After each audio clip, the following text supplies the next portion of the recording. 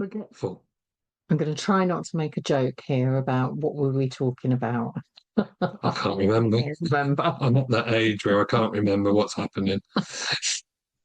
This is something that we hear a lot from people that when they're driving, they become forgetful. They can't remember what to do next. So, this is very often students forgetting things, forgetting what they learned between lessons. Now, one of the things here is remembering that this is all new information, it's new experiences, and this can take some time to embed into the memory.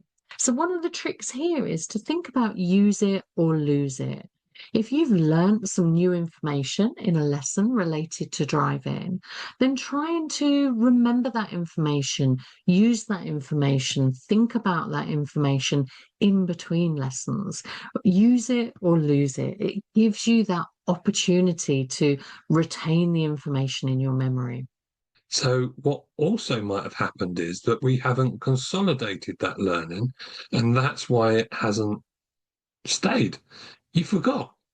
So, when we do things, what we're going to be doing is we're going to be learning and we want to consolidate that learning. How do we consolidate learning? Well, there's lots of things. Tracy's already mentioned a couple, but one of the things that you can do is take a mental picture of what you've just done. That helps to remember.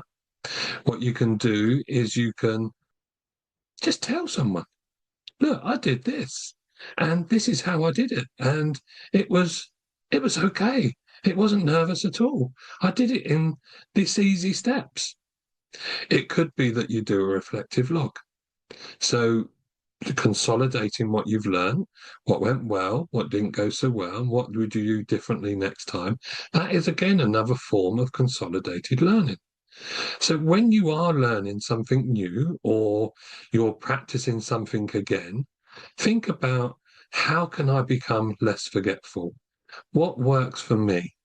How can I remember it for next time? And a final tip there might be to ask more questions about a subject.